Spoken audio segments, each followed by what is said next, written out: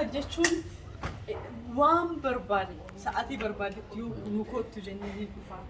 Ogummaa isaatiin tola oltummaatiin godha waan hunda uf kennee jechuudha.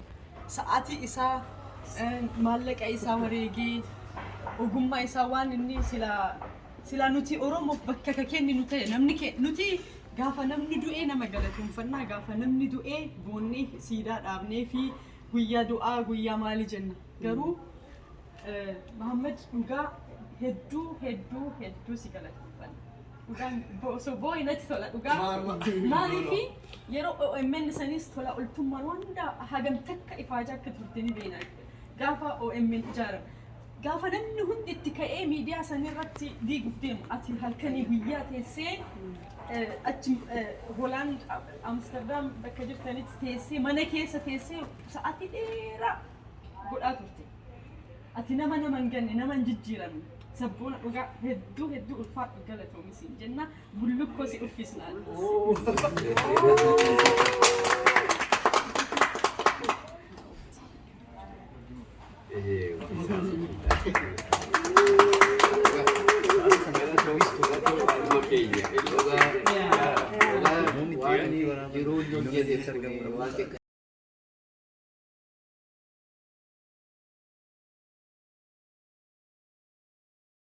Muhammad dhugaa rabbii waaqa turaa baasa malee namni gadatti namaa isaan baasu.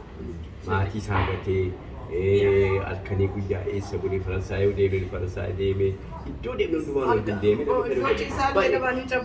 cabbii keessi gaafa bulantu jira amma Siwiidin deemnee cabbii keessaa na bulan dhugaan isin jedha.